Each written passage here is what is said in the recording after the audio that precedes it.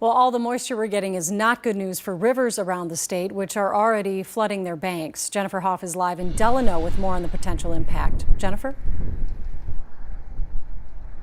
Julie, the good news here, the rain has just subsided after raining all day. And of course, all of that extra water is making our rivers rise. But as you can see, it is making a mess of farmers' fields and some of the roadways out here. We're just outside of Delano. The potentially record-setting flooding now impacting even more people.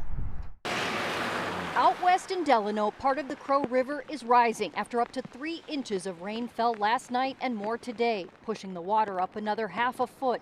The National Weather Service's senior hydrologist saying it won't crest now until Saturday at 20 feet. It's going to stay up for days and days at a time and affecting areas that way. So you get, more erosion, more problems that way, unfortunately. Craig Schmidt says several other major Minnesota rivers are up too, including the Mississippi and St. Paul, predicting this outlook several months ago, in part due to the record-setting snowpack this season. And so I felt like we had the word out pretty early. So people have been having, they've got the stress on the mind that long. So certainly is having an effect.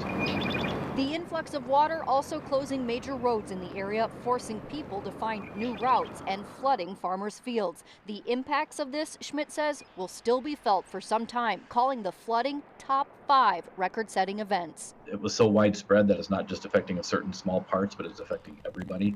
So it certainly is a very high-end flood event and certainly very newsworthy and something that I think it's been deserving of being in the forefront for so long.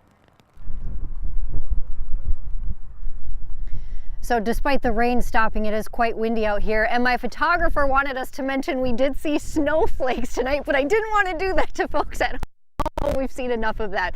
But it's good news here that the rain has quit. More good news is that Craig Schmidt, who we talked to in that story, said there is a good stretch of dry weather, Julie, at least 5 or 6 days ahead, that should start to level things out.